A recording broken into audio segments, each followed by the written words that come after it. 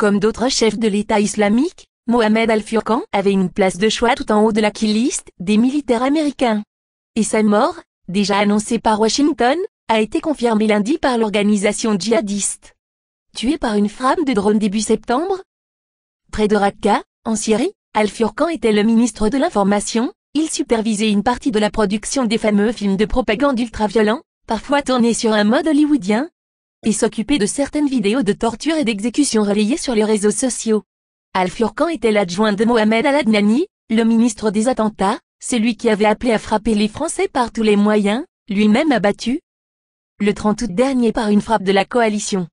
Depuis que les responsables du Pentagone ont décidé de mettre en place leur programme d'élimination ciblée, en 2015, plus d'une quarantaine de dirigeants ou de figures emblématiques du groupe État islamique en Irak et en Syrie ont trouvé la mort.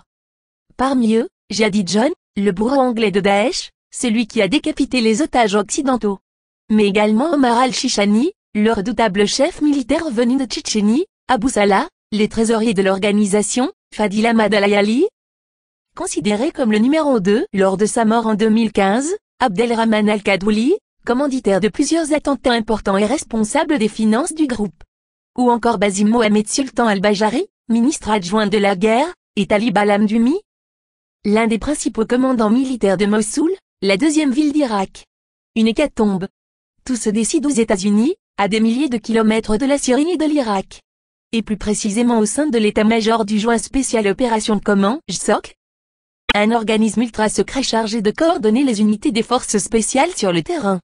Les chefs de l'EI sont traqués avec tous les moyens de renseignement disponibles, reconnaissance vocale, identification de la voix, suivi des communications, écoute en tout genre. Informateurs sur le terrain. Une fois repérés, les drones Predator MQ-1 et MQ-9 frappèrent, équipés de missiles anti-chars, entrent en action avec une efficacité redoutable. Déjà privé d'une partie de ses ressources, notamment pétrolières, l'EI a ainsi perdu une dizaine de compagnons de route du calife, Abu Bakr al-Baghdadi. Des leaders de premier plan dont certains l'entouraient directement au sein de la Shura, le haut conseil du groupe. Un coup évidemment très rude pour l'organisation terroriste. Ces éliminations ont eu un effet réel sur le terrain. L'efficacité militaire n'est plus la même et la production médiatique est en chute libre, d'un point de vue qualitatif et quantitatif, constate Wassim Nasr, spécialiste des mouvements djihadistes à France 24. Ce qui ne veut pas dire que Daesh va s'écrouler du jour au lendemain. Que ce soit en Afghanistan, au Yémen ou au Sahel, les frappes de drones n'ont jamais éradiqué d'un coup le terrorisme. Les chefs de l'EI savent que leur durée de vie est limitée. Pour leurs militants, ils meurent en héros, pas dans leur lit. Par ailleurs, la relève est rapidement désignée. La disparition des leaders permet à une autre génération d'émerger, même si elle n'a évidemment pas la même expérience, explique encore Wassim Nasr.